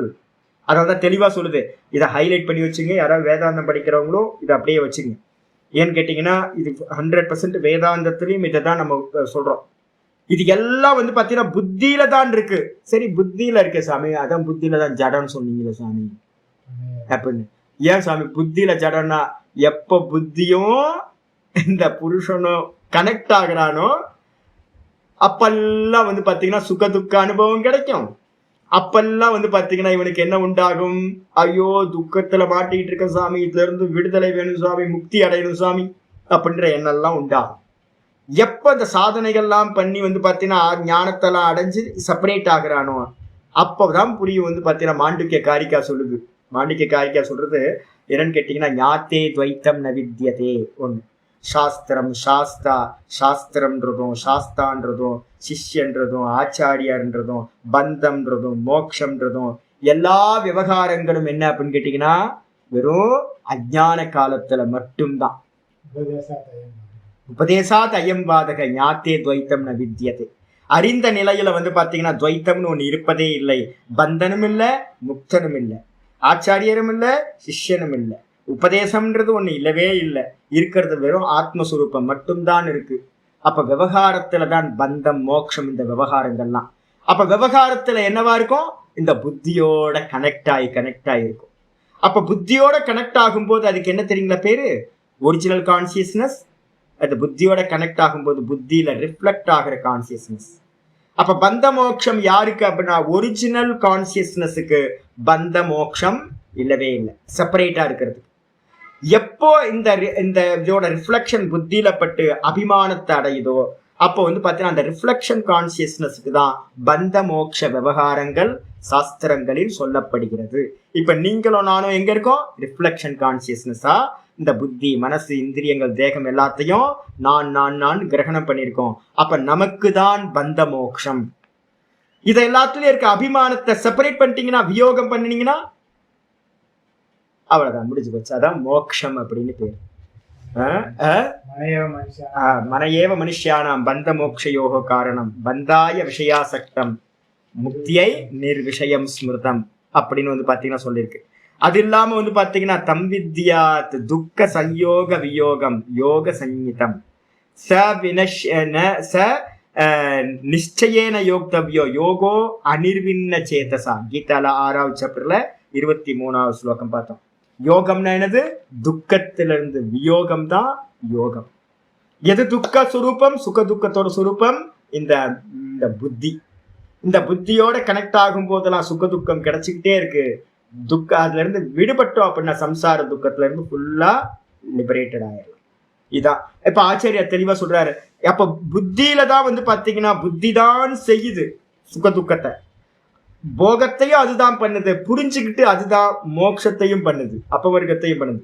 அப்ப புத்தி தான் பண்ணுது, புத்தியில தான் இந்த சம்சாரமும் போகமும் இந்த புத்தியில தான் இருக்கின்றன. கதம் புருஷ வியபதிஷ்யத்தை தி. அப்படி இருக்கும்போது புத்தியில இருக்கிறது இந்த புருஷன் வந்து பாத்தீங்கன்னா பந்தப்படுறான், சுகதுக்கத்தை அடையிறான் அப்படின்னு எப்படி சொல்லப்படுகிறது அப்படின்னு கேள்வி கேட்டா, இது சேத் யதா. ஒரு எக்ஸாம்பிள், நல்ல எக்ஸாம்பிள் சொல்றார். யதா விஜயக பராஜயோவா யோத்ருஷு வர்த்தமானக. என்னன்னா யார் யுத்தம் பண்றா? ராஜா வந்து நல்ல அரண்மனையில நல்லா அழகா உட்கார்ந்துக்கிட்டு வெளியில சாமரம் வீசிக்கிட்டு இருப்பாங்க. அழகா கூலா உட்கார்ந்துக்கிட்டு ஜூஸை குடிச்சுக்கிட்டு என்னப்பாச்சு ஏதாச்சுன்னு பிளானிங் பண்ணிட்டு இருப்பார். யுத்தம் பண்றது யாரு? ரத்த காயம் பட்டு ரணகலமா யுத்த களத்துல வந்து பாத்தீங்கன்னா கஷ்டப்பட்டுட்டு இருக்கிறதெல்லாம் யோத்தாக்கள், நல்ல யுத்த வீரர்கள் சண்டை போட்டுட்டு இருக்காங்க. ஆனா யாரு ஜெயிச்சான்னு கேட்டா என்ன சொல்லணும்?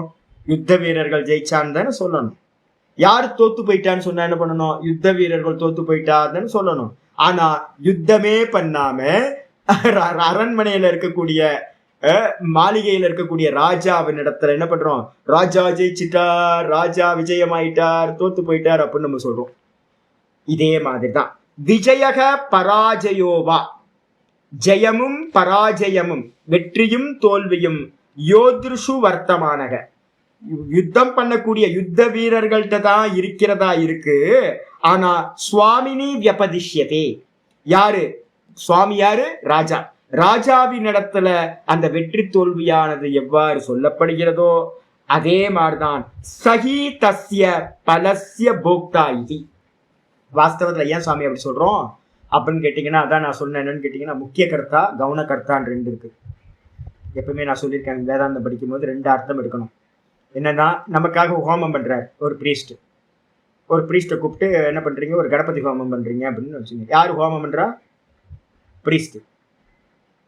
ஆனா பலன் யாருக்கு போய் சேரும்? பிரீஸ்டுக்கு போய் சேருமா இல்ல எஜமானனுக்கு போய் சேருமா? எஜமானனுக்கு தானே போய் சேரும்.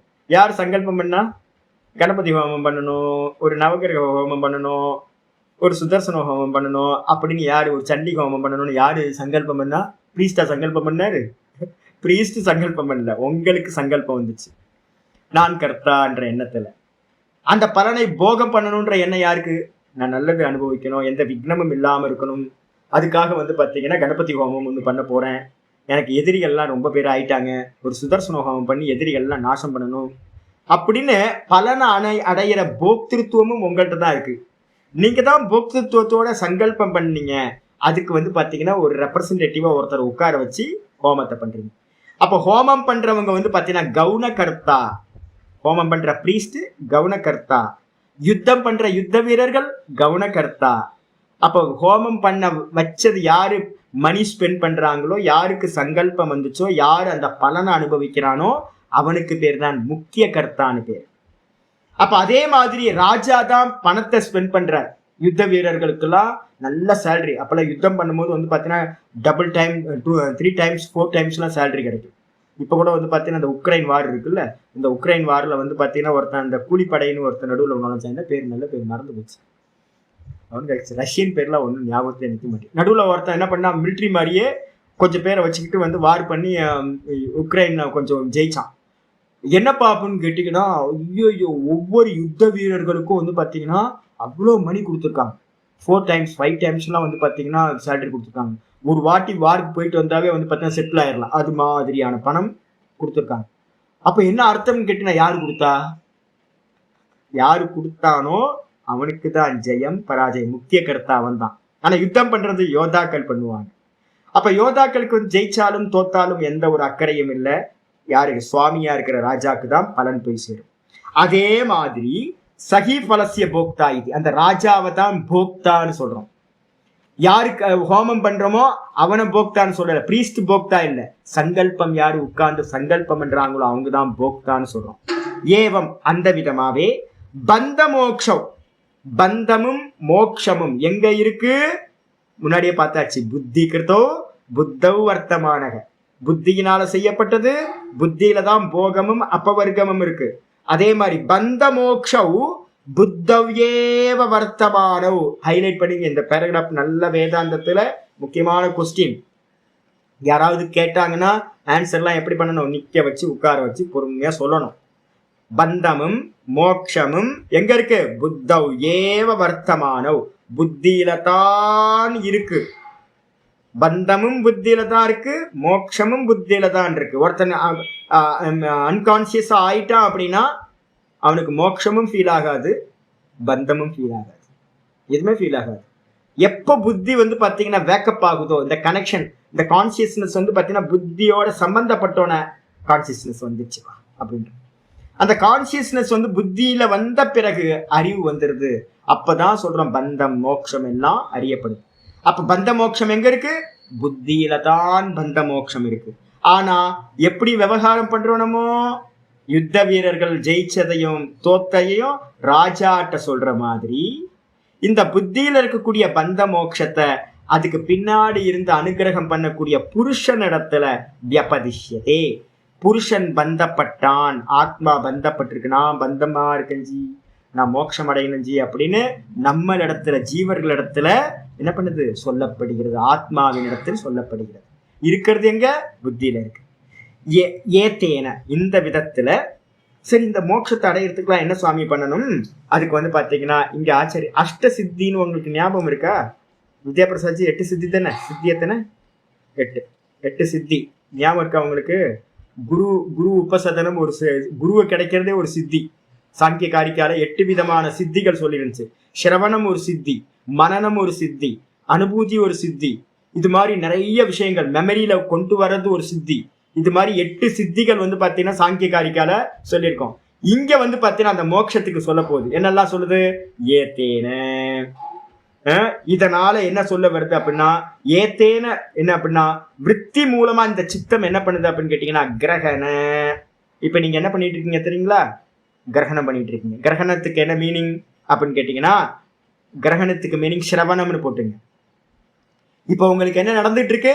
கிரகணம் பண்ணிட்டு இருக்கீங்க, மேய்ச்சல் மைதானத்துல இருக்கீங்க, புல்லு மேயிற மாதிரி, மாடு வந்து மேயிற மாதிரி நீங்க என்ன பண்றீங்க? எல்லா சப்தங்களையும் உள்ள கொண்டு வரீங்க. இப்போ உங்களுக்கு ஒரு நாலேஜ் கிடைச்சிருக்கு. என்ன நாலேஜ்? பந்தமும் மோட்சமும் ஆத்மாவின் இடத்துல இல்லை. எங்க இருக்கு? புத்தியில இருக்கு. ஏன் நமக்கு ஃபீல் ஆகுது? அந்த புத்தியோட கனெக்ட் ஆகும் போதெல்லாம் எனக்கு இது கிடைக்குது. தூக்கத்துல இல்ல, அதே நேரத்துல வந்து பாத்தீங்கன்னா அன்கான்சியஸா கோமாலியோ இல்ல மயக்கத்திலேயோ இருந்தோம் அப்படின்னா பந்த மோட்சம் இல்லை. அப்ப எப்போ புத்தியோட இந்த நான் கனெக்ட் ஆகுதோ அப்பெல்லாம் பந்த மோட்சம் ஃபீல் ஆகுது. இது ஒரு நாலேஜே இல்லையா? நாலேஜ் தானே. அப்ப வந்து பாத்தீங்க அப்படின்னா கிரகணம், இதுக்கு பேர் என்னது? சிரவணம் இல்லைன்னா கிரகணம். கிரகணன்றதுக்கு அர்த்தம் சிரவணம். அதுக்கப்புறம் சிரவணம் பண்ணவங்க நிறைய பேர் என்ன பண்றாங்கன்னு கேட்டீங்கன்னா, என்கிட்ட ஒருத்தர், என்னோட ஃப்ரெண்டு ஒருத்தர், பல வருஷம் ஃப்ரெண்டு, ரொம்ப 20 வருஷத்துக்கு மேல ஃப்ரெண்டு. அவர் என்ன பண்ணுவாரு, இன்னைக்கு சாமி அப்படின்னு ரொம்ப சீரியஸா, நல்ல சீரியஸா, நான் ரொம்ப சீரியஸா கேட்பாரு. சாமி இது என்ன சாமி, அது என்ன சாமி, ரொம்ப கியூரியாசிட்டி. எனக்கும் வந்து பாத்தீங்க அப்படின்னா அவருக்கு சொல்றதுல ரொம்ப நல்ல ஆள், நல்ல மனுஷன். நான் என்ன பண்ணுவேன், சொல்லுவேன் சாமி இப்படி சாமி இப்படி சாமி, வேதாந்தம் தான் கேட்பாரு. நல்ல ஒரு 1/2 மணி நேரம் 3/4 மணி நேரம் வந்து பாத்தீங்கன்னா நல்லா தெளிவா சொல்லுவேன். அப்பா எனக்கு ரொம்ப பரம திருப்தி ஆயிடும், பரவாயில்ல ஒருத்தருக்கு நல்ல ஞானத்தை கொடுத்துட்டோம் அப்படின்னு. அதுக்கப்புறம் 1 வாரம் கழிச்சு ஃப்ரெஷ்ஷா கேட்பாரு. நான் அதாவது 1 வாரம் சொல்லி முடிச்சதை வந்து பாத்தீங்கன்னா ஃபுல்லா மறந்துடுவாரு. திரும்ப வந்து பாத்தீங்கன்னா அதே விஷயத்த, சாமி எனக்கு ஒரு டவுட் சாமிடுவார். நான் நினைப்பேன் புதுசா ஏதோ கேட்க போறாரு போல இருக்கு அப்படின்னு. கடைசியில போன வாரம் கேட்டதை அப்படியே ரிப்பீட் அதே கொஸ்டின் கேட்பாரு. எனக்கு என்ன தோணும், சரி கொஞ்சம் மந்த புத்தி போல இருக்கு, திரும்ப சொல்லுவோம் அப்படின்னு சொல்லிடுவேன். சொல்லிட்டு நான் சொல்லுவேன், சாமி நீங்க கேட்டது வந்து பாத்தீங்கன்னா போன வாரம் கேட்ட கொஸ்டினே தான் இப்ப நீங்க கேட்குறீங்க. நான் திரும்பவும் சொல்றேன், நல்லா ஞாபகம் வச்சுக்கணும். இது 2வது டைம் நான் சொல்றேன், மறந்துடக்கூடாது, கரெக்டா ஞாபகம் வச்சுக்கணும். சரி சரி சாமி, சரி சாமி அப்படின்ட்டு. அதுக்கப்புறம் 1 மாசம் 2 மாசம் 3 மாசம் போகும். 2-3 மாசம் கழிச்சு திரும்ப வந்து பாத்தீங்கன்னா, சாமி எனக்கு ஒரு டவுட் சாமின்னு. என்னங்கன்னு கேட்டா அதே கொஸ்டின் கேட்பாரு. சாமி ஞாபகம் இருக்கா இது அப்படின்னு. என்ன சாமி அப்படின்னு அவருக்கு, அதாவது இது வரைக்கும் நான் ஏற்கனவே 2 வாட்டி நம்ம கேள்வி கேட்டோம், அந்த கொஸ்டின் தான் அவர் ஆன்சர் சுவாமி பண்ணிட்டார். இப்ப திரும்பவும் அதே கொஸ்டின் தான் நம்ம கேட்கிறோம்னு கூட அவருக்கு தெரியவே தெரியாது, மறந்துடுவார். அப்போ ஃப்ரெஷ்ஷா என்ன சாமி அப்படின்னு, இதே கொஸ்டின் தாங்க நான் நீங்க 3 மாசத்துக்கு முன்னாடி கேட்டீங்க, நான் சொன்னேங்க அப்படின்னு. இவர் எப்பவுமே எப்படிதான், எப்பவுமே வந்து பாத்தீங்கன்னா விட்டுருவார், தன்னை மறந்து போயிடுவார். அப்ப என்ன அர்த்தம், சிரவணம் எத்தனை வாட்டி பண்ணாலும் அவர் 20 வருஷத்துக்கு முன்னாடி என்கிட்ட கேள்வி கேட்ட கேள்விதான் இப்பவும் கேட்டுட்டே இருக்காரு. அப்ப என்ன அர்த்தம்னா, கேட்கறது வந்து பாத்தீங்கன்னா தாரணமாகல. கேட்கறது இந்த காதுல கேட்கறது இந்த காதுல போயிடுது, அவரால் நிக்க வைக்க முடியல.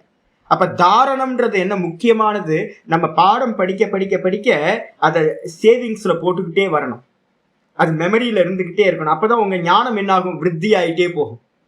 செலவாயிட்டே இருந்துச்சுன்னா, ஒரு பக்கம் போயிட்டே இருந்துச்சுன்னா சேவிங்ஸ்ல இல்லாம போயிடும்.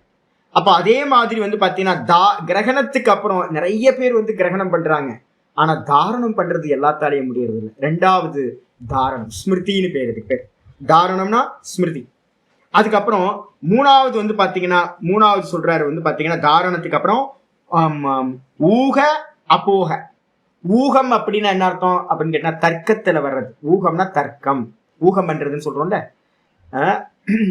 அந்த ஊகம் பண்றதுதான் வந்து பாத்தீங்கன்னா தர்க்கம் பண்றதுன்னு அர்த்தம். லாஜிக் எல்லாம் யூஸ் பண்றது. ஆமா சுவாமி சொன்னார்ல, இப்ப நான் சொன்னதை யோசிச்சு பாருங்க.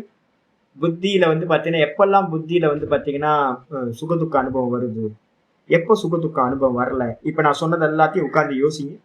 எப்போ நீங்க பார்க்க ஆரம்பிக்கணும் அப்போ வந்து சுகதுக்க அனுபவம் இல்லை ஜி அப்படின்னு நான் சொல்றேன். அப்ப டீப்பா பாருங்க. ஒண்ணு எப்பெல்லாம் டீப்பா ஒண்ணு பாக்குறீங்களோ அதோட சிங்க் ஆகாம அப்பெல்லாம் வந்து பாத்தீங்கன்னா உங்களுக்கு சுகதுக்க அனுபவம் கிடைக்காது. நல்ல மைசூர் பாக் எடுத்து வச்சுக்கிட்டு வந்து பாத்தீங்கன்னா இதுல என்னதெல்லாம் போட்டிருக்கான் அப்படின்னு உட்காந்து யோசிச்சிங்கன்னு வச்சுங்க, மைசூர் பாக்கோட டேஸ்ட் தெரியவே தெரியாது. உட்காந்து டீட்டெயில யோசிக்கணும், உப்பு போட்டானா இல்லையா, லைட்டா மைசூர் பாக்ல ஒரே ஒரு கல்லு உப்பு போட்டிருக்கான், அதாவது அந்த இனிப்பை வந்து பாத்தீங்கன்னா அது தூக்கி கொடுக்குது. அது வரைக்கும் நீங்க போகணும். நிறைய பேருக்கு தெரியாதுல்ல, ஒரு நல்ல மாஸ்டர் என்ன பண்ணுவார் அப்படின்னு கேட்டீங்கன்னா, நல்ல எந்த ஸ்வீட் பண்ணாலும் அந்த ஸ்வீட்ல லாஸ்ட்ல என்ன குவான்டிட்டி உப்பு போடணும்னு அவருக்கு தெரியும். ஒரே ஒரு கல் உப்பு எடுத்து தம்முன்னு போட்டுருவார், யாருக்கும் தெரியவே தெரியாது. அது வந்து என்ன பண்ணுவோம், அந்த ஸ்வீட்டை சூப்பரா எடுத்து கொடுத்தோம். நீங்க அந்த உப்பு போடாம சமைச்சுக்கிட்டே இருப்பீங்க, சின்ன ஸ்வீட் வந்து ஒரு இதா இல்லையே அப்படின்னு. இது ஒரு டெக்னிக் இதெல்லாம். அப்போ வந்து பாத்தீங்கன்னா இப்ப நீங்க இந்த அளவுக்கு யோசிக்க ஆரம்பிச்சீங்கன்னா என்னன்னா உங்களுக்கு ரசிக்கவே முடியாது. சமையல்காரன் இருக்கான்ல, சமையல்காரன் வந்து பாத்தீங்கன்னா விதவிதமா சமைப்பான். ஆனா வந்து பாத்தீங்கன்னா சாப்பிட்றதுக்கு என்ன பண்ணுவான் தெரியுங்களா, தனியா ரசம் வச்சு உட்காந்து 30 ஐட்டம் 40 ஐட்டம் சமைச்சிட்டு வெறும் ரசத்தை வச்சு சாப்பிடும். ஏன்பா அப்படின்னா அவனுக்கு அந்த சமைச்ச உணவு ருசி கொடுக்காது. அதுல இருந்து ஊரெல்லாம் சமைச்சு நல்லா சாப்பிட்டு ஆஹா ஓஹோன்னு சொல்லும், ஆனா இவனுக்கு அது சுகத்தை கொடுக்காது. ஏன் அப்படின்னா இவனுக்கு என்னெல்லாம் போட்டிருக்கோம் என்ன ஏது அப்படின்னு டீட்டெயிலா அது தெரியும். அப்ப நீங்க விசாரம் பண்ண ஆரம்பிச்சீங்கன்னா, பார்க்க ஆரம்பிச்சீங்கன்னா என்ன ஆகாது, சுகத்துக்கு அனுபவம் கிடைக்காது. இந்த லாஜிக் இது. அப்ப வந்து பாத்தீங்கன்னா இந்த லாஜிக் எல்லாம் யூஸ் பண்ணி என்ன பண்றீங்க அப்படின்னு கேட்டீங்கன்னா, கேட்ட விஷயத்த தாரணம் பண்ண விஷயத்த என்ன பண்றீங்க, கரெக்டா மனனம் பண்ணி லாஜிக்க வச்சுக்கிட்டு ஊகம் பண்ணி அறிகிறது. இதுக்கப்புறம் ஊகத்துக்கு அப்புறம் என்ன வருதுன்னா அப்போகனம். அப்போகனம்னா என்ன அர்த்தம், நேத்திக்கு பேரு அப்போகனம்னு பேரு. நேத்தி பண்றது தப்பான ராங்கா நம்ம நிறைய மனப்பதிவுகள் வச்சிருக்கோம்ல, நிறைய மைண்ட் செட்டப்ஸ் நிறைய இருக்கும், தப்பா புரிதல் இருக்கு. அப்போ நீங்க லாஜிக்க வச்சுக்கிட்டு சிரவணம் பண்றதும் எங்க சிரவணம் பண்றது எங்க மனசுல இருந்து பண்றோம். தாரணம் பண்றது சித்தத்துல தாரணம் பண்றோம். லாஜிக் வர்றது வந்து பாத்தீங்க அப்படின்னா லாஜிக் தர்க்கம் ஊகம் வர்றது வந்து பாத்தீங்கன்னா புத்தியில இருந்து லாஜிக்கை யூஸ் பண்றோம். இந்த மூணுத்திலையும் நிச்சயம் ஆயிடும். புத்தியில வந்து பாத்தீங்கன்னா நீங்க ஊகத்தை யூஸ் பண்ணி நம்பாம லாஜிக்கை யூஸ் பண்ணி பிக்ஸ் பண்ணிட்டீங்க அப்படின்னா என்ன ஆயிரும் கேட்டீங்கன்னா கன்ஃபார்ம் ஆயிடும். கன்ஃபார்ம் ஆனதுக்கு பிறகு நீங்க தப்பான மனப்பதிவுகள் எல்லாத்தையும் என்ன பண்ணணும், நேத்தின்னு அப்போகனம் பண்ணணும். யாராவது உங்களுக்கு துக்கம் வருது, இப்போ துக்கம் ஜி எனக்கெல்லாம் துக்கம்லாம் இல்லை ஜி, துக்கம்லாம் இல்லை. துக்கம் எங்க இருக்கு, புத்தியில இருக்கு.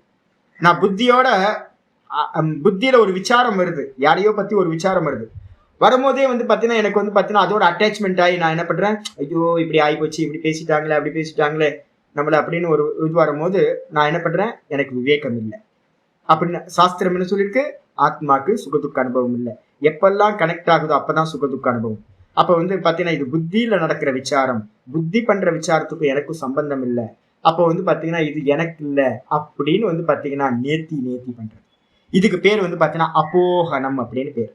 இந்த அப்போகனம் நடந்ததுக்கு பிறகு என்ன நடக்கும் சாமி அப்படின்னு கேட்டீங்கன்னா, நேத்தியோட லாஸ்ட் எண்டுன்னு கேட்டீங்கன்னா என்ன கிடைக்கும், நேத்தி பண்ண முடியாதவனா அகம் தத்துவ ஞானம் கிடைச்சிடும். தத்துவ ஞானம். அப்போ தத்துவ ஞானம் வந்தா போதுமா சாமி அப்படின்னா மனநத்தோட எண்டு தத்துவ ஞானம். தத்துவ ஞானத்துல தொடர்ந்து நிற்றல்னு இருக்கு பாத்தீங்களா, நிஷ்டை சொரூப பிரதிஷ்டான்னு சொல்லக்கூடியது. அந்த நிதித்தியாசனம் நம்ம சொல்றோம்ல, அந்த நிதித்தியாசனம் தான் வந்து பாத்தீங்கன்னா அதோட தத்துவத்துல நிக்கிறதுக்கு என்ன பேரு அப்படின்னா என்னது, அதுதான் இங்க சொல்றது அபினிவேஷ. தத்துவ ஞானத்துக்கு அப்புறம் அபினிவேஷம் அப்படின்னா அகம் பிரம்மாஸ்மின்னு அபிமானம் அடையிறது, சொரூபத்துல அபிமானத்தை அடைதல். சொரூபம்னா எப்ப அபிமானம், நான் பிரம்மமா இருக்கின்றேன் அப்படின்னு நிஷ்டை அடைதல், அனுபூதி பண்றதுக்கு பேரு அபினிவேஷம் அப்படின்னு பேர். இது எல்லாம் வந்து பாத்தீங்கன்னா எங்க இருக்கு சுவாமி அப்படின்னா எல்லாமே வந்து பாத்தீங்கன்னா எங்க இருக்கு, புத்தௌ வர்த்தமானாகா. எங்க பண்றீங்க சிரவணம், எங்க இருந்து எங்க பண்றீங்க, இந்த ஆப்ஜெக்ட்ல இருந்தா சிரவணம் பண்றீங்க. ஆத்மாக்கு சிரவணம் நடக்குதா, ஆத்மா தான் நித்திய முக்தனாச்சு. ஆத்மாக்கு சிரவணமும் தேவையில்லை, மனனும் தேவையில்லை, ஒரு மண்ணாகண்டி புண்ணாக்கும் தேவையில்லை. அப்ப யாருக்கு தேவை, யாரு சிரவணம் பண்றா, புத்தியில இருக்கிற ரிஃப்ளெக்ஷன் கான்சியஸ்னஸ் சிரவணம் பண்ணுது. புத்தியில இருக்கிற ரிஃப்ளெக்ஷன் கான்சியஸ்னஸ் என்ன பண்ணுது, நல்ல தாரணம் பண்ணுது. புத்தியில இருக்கிற ரிஃப்ளெக்ஷன் கான்சியஸ்னஸ் வந்து பாத்தீங்கன்னா நல்ல தர்க்கத்தை யூஸ் பண்ணி லாஜிக்கை யூஸ் பண்ணுது. அதுக்கப்புறம் புத்தியில இருக்கிற கான்சியஸ்னஸ் தான் என்ன பண்ணுது, அப்போகனம் நேத்தி பண்ணுது. அப்புறம் நேத்திலாம் பண்ணி முடிச்சதுக்கு அப்புறம் மிச்சம் இருக்கிறது தான் அப்படின்ற மிச்சம் இருக்கிறதும் புத்தியில தான் நடக்குது. புத்தியில வந்து நடந்ததுக்கு பிறகு வந்து பாத்தீங்கன்னா அதுலயே நின்று நிதித்தியாசனத்தை அடையிறது, அபிமானத்தை அடையிறது எது இருக்கோ அதுவும் வந்து பாத்தீங்கன்னா புத்தியில தான். இது எல்லாம் புத்தௌ வர்த்தமானாக, புத்தியில இருக்கிறதா இருந்துகிட்டு புருஷே அத்தியாரோபித, புருஷன் இடத்துல ஏத்தி பாக்குறது. நான் சிரவணம் பண்றேன், நான் மனனம் பண்றேன், நான் நிதித்தியாசனம் பண்றேன், நான் அனுபூதி பண்ணி நான் முக்தன் ஆயிட்டேன் அப்படின்லாம் வந்து பாத்தீங்கன்னா புருஷன் இடத்துல புத்தியில நடக்கிற காரியத்தை எல்லாத்தையும் தூக்கி புருஷனுக்கு மேல அத்தியாரோபித சத்பாவாகா, அத்தியாரோபம் பண்ணி வந்து பாத்தீங்கன்னா ஏற்றி பார்க்கிற தன்மையினால என்ன பண்றோம், சகி தத் பலஸ்ய போக்தா இது எங்க இருக்கு, புத்தியில இருக்கு. புத்தியில இருக்கிறதெல்லா பாவங்களையும் எங்க பாத்துட்டீங்க, ஏத்தி வச்சு புருஷன் இடத்துல பாத்தீங்க. பார்த்துட்டு வந்து பாத்தீங்கன்னா யாரு முக்தி அடைகிறா, பலன் எடுக்கிறா அப்படின்னா புருஷன். புருஷன் யாரு, ரிஃப்ளெக்ஷன் கான்சியஸ்னஸ். இதெல்லாத்தையும் எடுத்துட்டு தான் தானா நிக்கிறான் லாஸ்ட்ல. அப்ப மோட்ச பலனி அப்பவர்க்கம் யாருக்கு கிடைக்குது, அந்த புருஷனுக்கு. ஆனா நடந்த காரியம்லாம் புருஷன் சதா முக்தக தான். அவனுக்கு வந்து பாத்தீங்கன்னா பந்த மோட்சம் கல்பித்தம் எதனால உண்டாச்சு, இந்த அவித்யினால உண்டாச்சு. இப்ப அவித்யா எல்லாம் நீங்கினதுக்கு பிறகு இவன் அபவர்க்கத்தை அடைந்தான் என்று சொல்லப்படுகிறான். அப்ப புருஷன் வந்து பாத்தீங்கன்னா ரிஃப்ளெக்ஷன் கான்சியஸ்னஸ் என்ன ஆயிடுச்சு, பியூர் கான்சியஸ்னஸா ஆயிடுச்சு, பலனை அது அடைஞ்சிருச்சுன்னு நம்ம சொல்றோம். ஆனா வாஸ்தவத்துல பந்த மோட்சம் எல்லாமே புத்தியில தான் நடக்குது அப்படின்னு புரிஞ்சுக்கணும். இதோட 18வது மந்திரம் முடிஞ்சு. திரும்ப கேளுங்க, 2 வாட்டி கேட்டாதான் இது ஃபுல் அண்ட் ஃபுல் வந்து பாத்தீங்கன்னா வேதாந்தத்துல சொல்றது. இந்த ஸ்டெப்ஸ் வந்து பாத்தீங்கன்னா நல்லா தனியா எழுதி வச்சுங்க. ஏன்னு கேட்டீங்கன்னா இவ்வளவு அருமையான ஸ்டெப்ஸ் வந்து பாத்தீங்கன்னா எங்கேயுமே சொல்லலை. எனது முதல்ல கிரகணம் சுவாமிகிட்ட இருந்து நல்லா பாடத்தை கேளுங்க. அதுக்கப்புறம் திரும்ப திரும்ப திரும்ப கேட்டு கேட்டு கேட்டு நல்லா தாரணம் பண்ணுங்க, விஷயத்தை வந்து புரிஞ்சுங்க. திரும்ப திரும்ப A to Z, ஐயோ திரும்பவும் ஆரம்பிக்கணுமா, திரும்பவும் ஆரம்பிச்சு எப்ப திருவாட்டி சொல்றது. திரும்ப திரும்ப நான் என்னோட ஃப்ரெண்டுக்கு மாதிரி 20 வருஷமா ஒரே கேள்வியை திரும்ப திரும்ப கேட்டுக்கிட்டே இருந்தீங்கன்னா அப்ப தாரணம் பண்ணணும், நல்லா மனசுல ஆக்கிக்கணும். உன்னை புரிஞ்சு புரிஞ்சு புரிஞ்சு மனசுல ஆக்கிக்கிட்டே ஸ்டோர் ரூம்ல போட்டுக்கிட்டே இருக்கணும். எப்ப எடுத்தாலும் சொந்த கையில பாக்கெட்ல இருக்க பணத்தை தான் ஸ்பெண்ட் பண்ண முடியும். அப்ப சுவாமிகிட்ட இருந்து வந்து பாத்தீங்கன்னா எப்பவுமே ஸ்பெண்ட் பண்ண முடியாது. என்கிட்ட இருக்க அறிவு என்கிட்ட தான், உங்கள்கிட்ட இருக்க அறிவு தான் உங்களுக்கு உபயோகப்படும்.